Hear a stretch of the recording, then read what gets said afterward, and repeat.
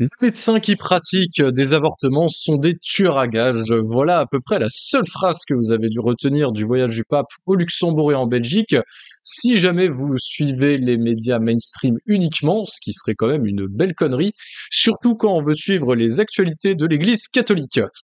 Alors, cette phrase, c'est d'autant plus ironique qu'il ne l'a pas prononcée en Belgique ou au Luxembourg, mais bien dans l'avion qui le ramenait à Rome. Même si c'est un thème qui a été assez présent au cœur de ce voyage, mais qui n'a clairement pas été le seul. Au milieu de ça, on peut parler d'Europe, on peut parler de géopolitique mondiale, de Troisième Guerre mondiale, puisque le mot a été plusieurs fois lâché. On peut parler d'écologie intégrale, de la place des femmes dans l'Église, enfin bref, il y a beaucoup de thèmes qu'on peut aborder. Mais si vous ne suivez que les médias mainstream, malheureusement, vous ne retiendrez que cette phrase. Ce qui est assez dommage, et c'est d'ailleurs pour ça que je fais cette vidéo, c'est pour parler un petit peu plus avec vous de ce voyage que j'ai eu la chance de suivre pendant 2 semaines, en ayant déjà été en amont. 2 semaines du coup en Belgique pour RCF, que je remercie d'ailleurs pour la confiance qu'ils ont eue envers moi justement pour suivre avec eux cet événement. Un voyage avec un thème tout trouvé, celui de l'espérance, en route vers l'espérance plus précisément, qui a commencé du coup au Luxembourg où il n'est resté qu'une journée et qui s'est achevé après 3 longues journées en Belgique, à savoir avec des événements à Bruxelles, donc avec un discours au Palais de Laken, avec évidemment la messe finale au stade Roi Baudouin, mais également un temps à la basilique de Kugelberg, pardon, avec les catholiques du pays, et 2 événements importants, à savoir la visite de l'université de Lucas Leuven et de l'UC Louvain, qui sont en fait la même université à la base, ça je vous en parlerai vite fait après, qui célébraient leurs 600 ans et qui sont en fait officiellement la raison de la venue du pape en Belgique et avec ce passage au Luxembourg. Mais on va voir que ce voyage, évidemment, ce n'était pas juste pour les 600 ans d'une université, sinon le pape voyagerait beaucoup, mais que ça brassait beaucoup plus de choses qui sont particulièrement intéressantes pour l'avenir de l'Église catholique, notamment en Europe, et qui me semblaient hyper importantes à évoquer avec vous, ne serait-ce que parce que peu de gens vont vous en parler dans les médias mainstream et que cela peut énormément nous apporter à chaque fois en tant que chrétiens occidentaux, chrétiens catholiques particulièrement, sur dans quel état d'esprit on doit être à partir de maintenant pour faire avancer l'Église dans une Europe qui ne nous voit plus du tout comme ses racines. Et donc François s'est fait complètement pilonner par la presse mainstream, ça on l'a vu, à cause d'une phrase durant son trajet retour. Hein, les médecins qui pratiquent des avortements sont des tueurs à gages. I medici che si prestano a questo sono, permettimi la parola, sono sicari, sono dei sicari e su questo non si può, non si può discutere, si uccide una vita umana. Mais qui tire ses racines d'un autre événement important à la toute fin du voyage, au stade Roi Baudouin, où le pape justement a décidé a annoncé en tout cas avoir lancé le procès en béatification du roi éponyme au stade, le roi Baudouin. Mi rientro a Roma avvierò il processo di beatificazione di Re Baudouino. Qui aura refusé, donc pour expliquer, parce que je pense que la plupart d'entre vous ne connaissaient pas ce roi, moi non plus d'ailleurs, qui avait décidé de d'abdiquer littéralement pendant 72 heures du trône de Belgique. Et pourquoi il a abdiqué? Il a abdiqué tout simplement pour ne pas signer une loi qui dépénalisait l'avortement.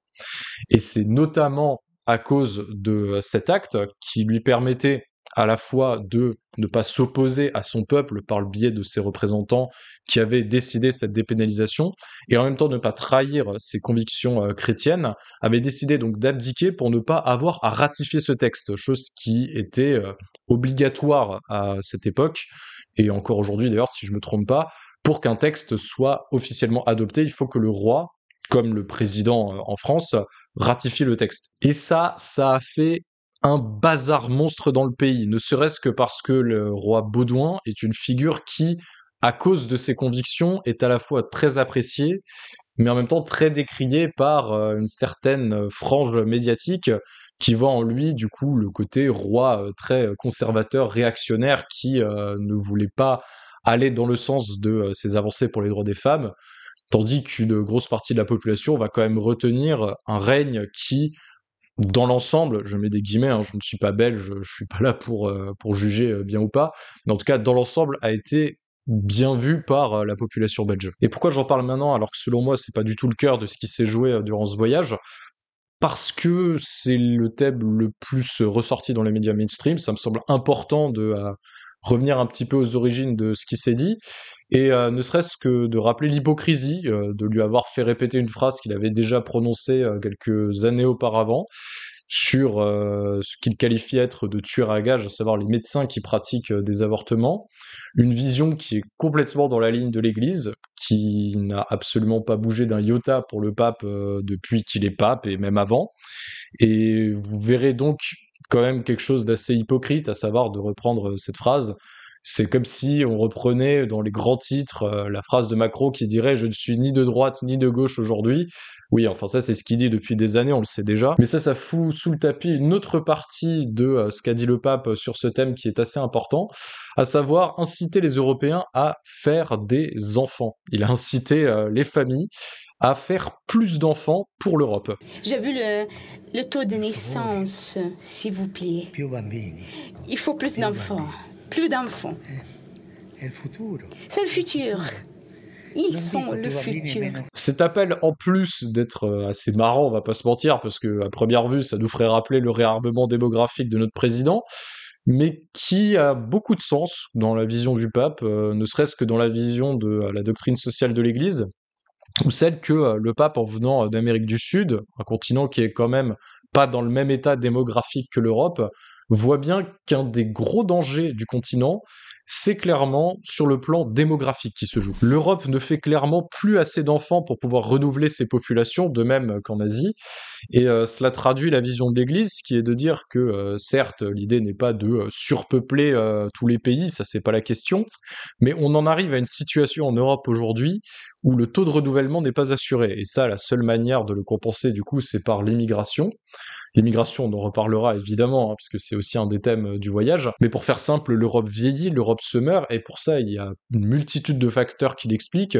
Et ce n'est pas qu'une question de les femmes et les hommes qui voudraient moins d'enfants, puisqu'on le sait hein, dans les statistiques, que la plupart des personnes voudraient avoir des enfants, mais n'en ont pas, et explique du coup cette absence d'enfants pour des questions à la fois médicales, hein, ça c'est un thème qu'il faut pas négliger, mais surtout pour des raisons économiques, hein, le fait de pas gagner assez d'argent, le fait qu'un salaire ne puisse pas suffire pour une famille avec des enfants, le fait qu'il n'y aurait pas assez d'espace dans la même veine pour pouvoir accueillir un enfant, ça c'est assez présent. En bref, quand le pape parle de doctrine sociale de l'Église en Europe, il va pas mal insister sur cet aspect, le fait que les personnes qui veulent faire des enfants, les familles qui veulent avoir des enfants ou juste en faire plus, ne le peuvent pas et entraîne une grosse crise en Europe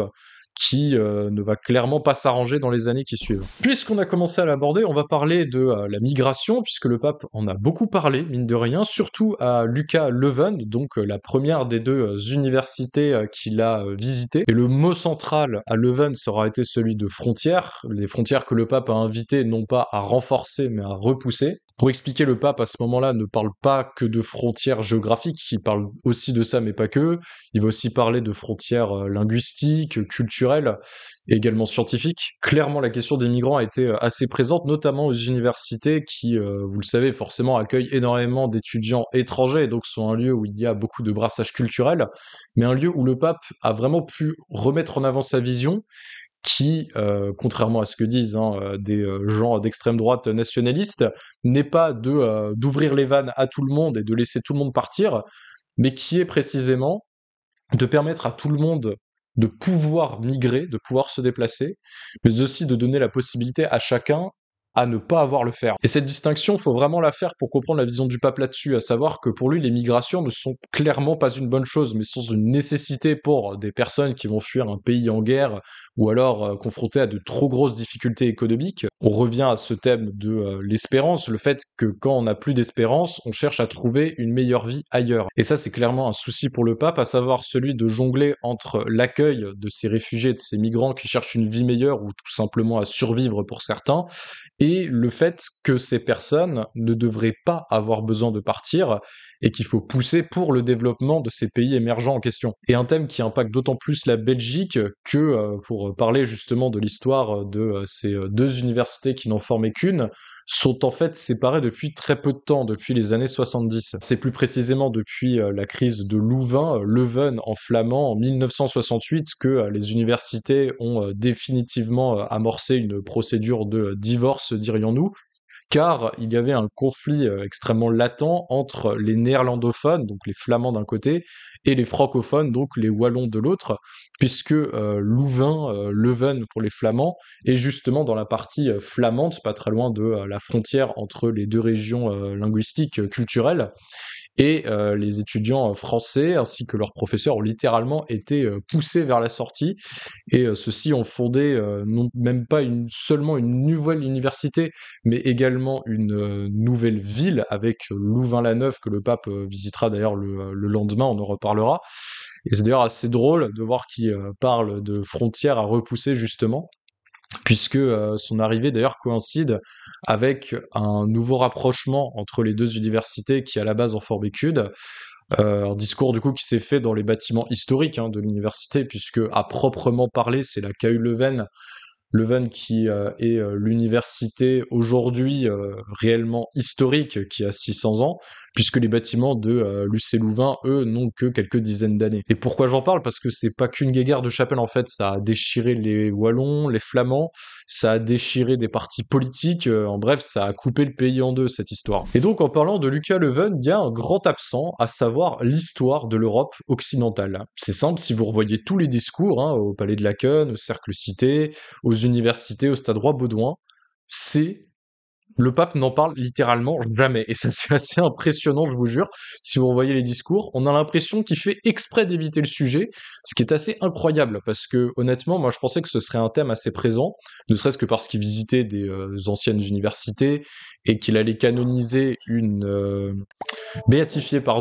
Anne de Jésus, donc une mystique carmélite de la Renaissance. Cette esquive, elle a clairement rien d'involontaire pour moi, et je pense que ça a été vraiment la volonté du pape. L'exemple le plus marquant pour moi, ça a été à la basilique de Kuckelberg, où le pape a parlé d'un christianisme de minorité, un christianisme de témoignage en Europe, pour justement faire opposition à ce qu'il y avait avant. Nous sommes passés d'un christianisme installé dans un cadre social accueillant à un christianisme de minorité, ou mieux, un christianisme de témoignage. Et je pense que le message du pape, il est assez clair là-dessus. Européens de l'Ouest, arrêtez, chers catholiques, de regarder vos racines chrétiennes, votre passé, vous en êtes fiers, c'est très bien. Mais tournez-vous vers l'avenir, parce que si vous ne vous raccrochez qu'à ce qui s'est passé avant, vous allez clairement rater le coche, et on n'aura plus d'église en Europe avant plusieurs siècles. Et honnêtement, si on enlève les églises, les bâtiments du vieux continent, ainsi que les quelques références culturelles chrétiennes qui restent dans quelques constitutions, dites-moi sincèrement, honnêtement, qu'est-ce qui reste de chrétiens en Europe? Il reste plus rien, c'est très simple. La première religion, c'est l'athéisme. On a même des sectes athées qu'on appelle les laïcars en France, qui sont parmi les plus virulents opposants au christianisme et qui cherchent à détruire le moindre des symboles qui restent. Que ce soit des francs-maçons qui cherchent à tout prix à se faire débaptiser et qui vont bien mettre ça en avant médiatiquement pour des raisons complètement fallacieuses, ou le fait de vouloir déboulonner la moindre statue de référence chrétienne comme celle de l'île de Ré il y a quelques mois, jusqu'au fameux « les religieux n'ont pas le droit à la parole, ils devraient se taire, ils n'ont plus le droit de parler depuis la loi de 1905 ». Bon, au-delà du fait que ne pas parler de spiritualité et de religion dans un système politique, c'est à peu près aussi stupide que de dire qu'on va pas parler d'économie, cela traduit surtout que l'Église est clairement en train de crever en Europe, et que la seule manière qu'on a d'aller de l'avant, c'est d'avoir un nouvel élan. et de regarder vraiment vers devant. Et c'est pour ça que la plupart des catholiques de droite pensent que le pape, il est à gauche, voire à l'extrême gauche, pas seulement pour ses propos sur les migrants, mais parce que, comme il ne parle pas d'Europe chrétienne, de ce qu'il y a eu avant, mais qu'il est vraiment full focus vers l'avenir, ben, il n'y a aucune raison qu'il parle de ça, justement. Il n'y a aucune raison qu'il mette en valeur ce patrimoine de l'Église. Il le fait, mais il va pas vraiment en faire un point central, parce que justement, il est bien conscient que pour que l'Église en Europe ait une nouvelle mentalité, elle a besoin de regarder vers devant. Et pour tous ceux qui me diront que le pape est de gauche, franchement, vous voyez quelqu'un de gauche dire que les médecins qui font des avortements sont des tueurs à gages. Vous voyez vraiment un pape de gauche dire ça. Et au milieu de ce voyage, il y a bien sûr un thème qu'on n'a pas pu éviter et que j'ai slalomé pour le moment, celui de la crise des abus. C'est clairement le thème qui transparaissait durant tout le voyage. Et c'est quand même assez impressionnant de voir à quel point le pape en a parlé pendant presque tous ses discours. On lui a craché à la gueule. Il suffit de voir le discours du Premier ministre belge là-dessus. Le nombre d'articles des médias mainstream, justement, avant qu'on ait toute cette histoire sur les médecins tueurs à gages, qui arrêtaient pas de jeter l'opprobre sur l'Église. Chose qui se fait depuis des années, mais qui s'est considérablement renforcée. On épiait littéralement la moindre phrase du pape qui traite de ce sujet. Pour résumer ce qui a été dit, beaucoup de condamnations, justement, de ces abus dans l'Église, une invitation pour les évêques à lutter activement contre ce phénomène et des demandes de pardon, beaucoup de demandes de pardon justement de la part de l'Église pour toutes les victimes d'abus. D'ailleurs, François en a rencontré quelques-unes de ces victimes d'abus, même si certaines ont décidé tout simplement de ne pas aller voir le Saint-Père au dernier moment,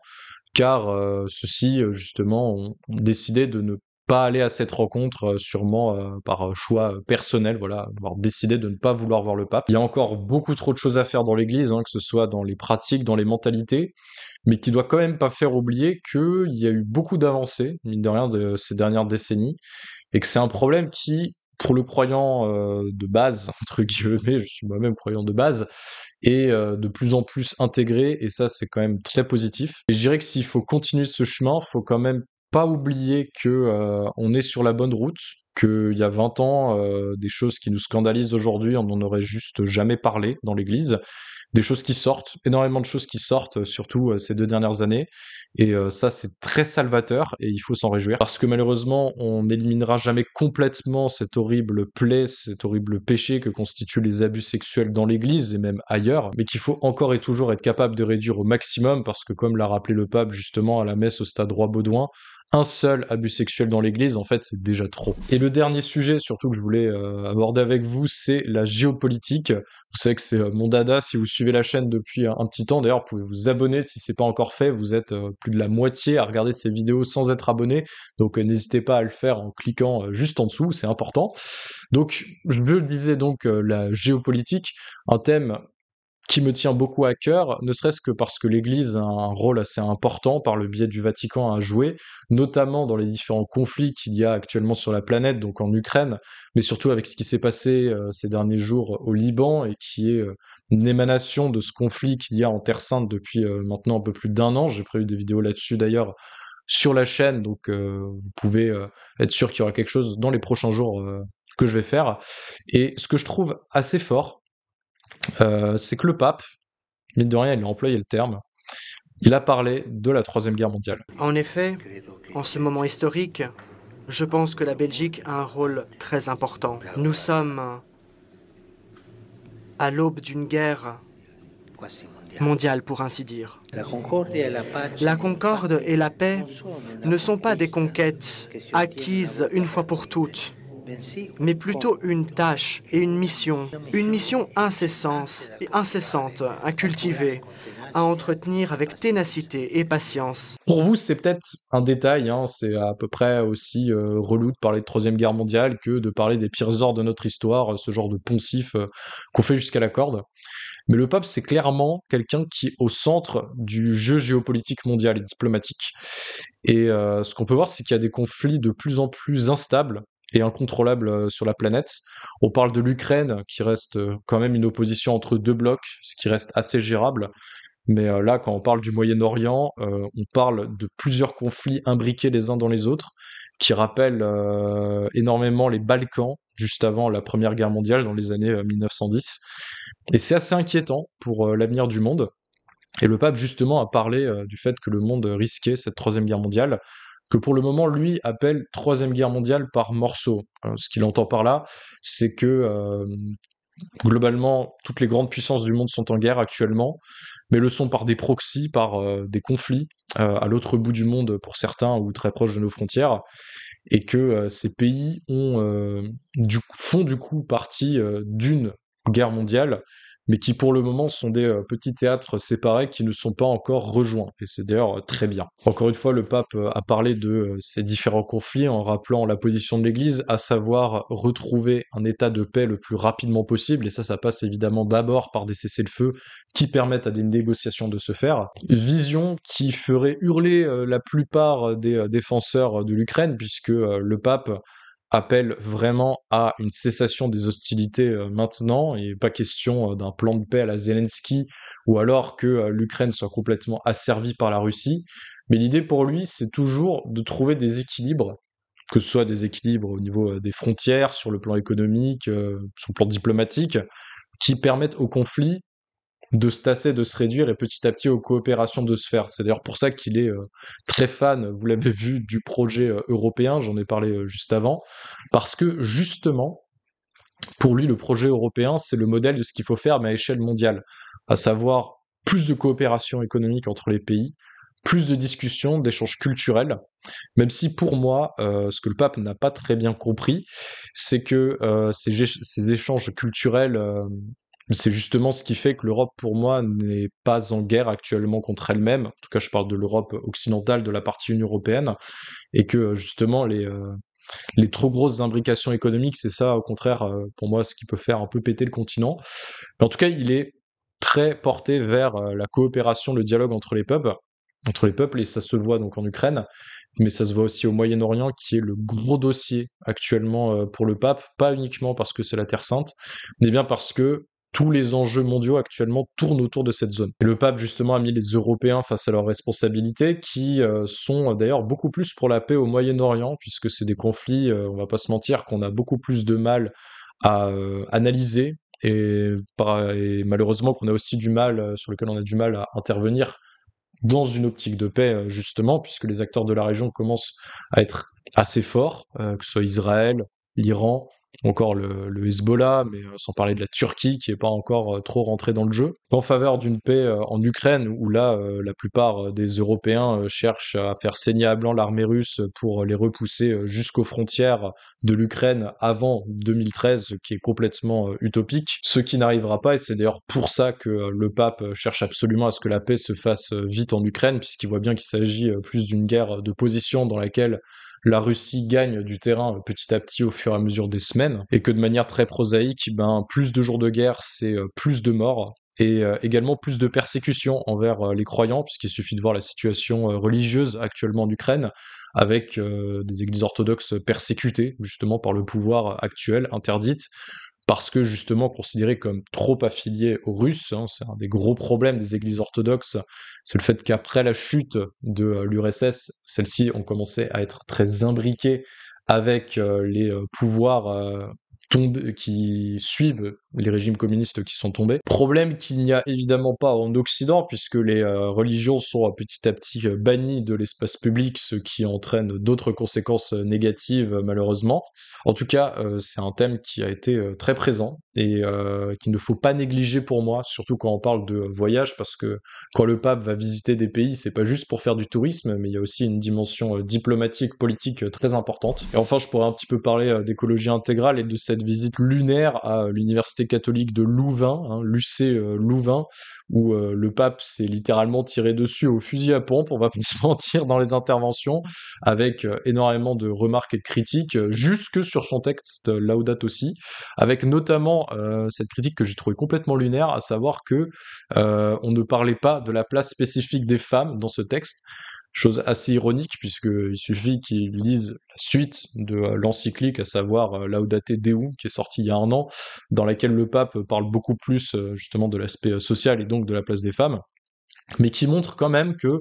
Si le christianisme est par essence écologique, dans le sens de la protection de la nature, elle pourra jamais se concilier avec les mouvements écologiques actuels, tout simplement parce que pour un catholique, la nature, en fait, c'est la création de Dieu, et que si on doit en prendre soin, c'est parce qu'on nous l'a confié, et que, pour dire ça un peu bêtement, si on t'offre quelque chose, l'idée, c'est pas de casser ce qu'on t'a offert, et c'est plutôt de prendre soin du cadeau qu'on t'a fait. Mais en tout cas, c'est ton cadeau, c'est à toi et c'est à toi de le gérer. En tout cas, c'est la vision chrétienne, catholique, qui est que c'est l'homme qui régit la nature, mais qui doit la régir sagement. Et cela, d'ailleurs, comprend le fait de ne pas toujours intervenir dessus, évidemment, mais qui n'est pas une vision pour se flageller en permanence de la pollution qu'on fait, ce qui est très opposé à l'idéologie qu'on a vu transparaître chez les étudiants, pourtant dans des universités qui n'ont plus de catholiques que le nom, visiblement, ça c'est bien vu, qui est une vision écologique beaucoup plus portée vers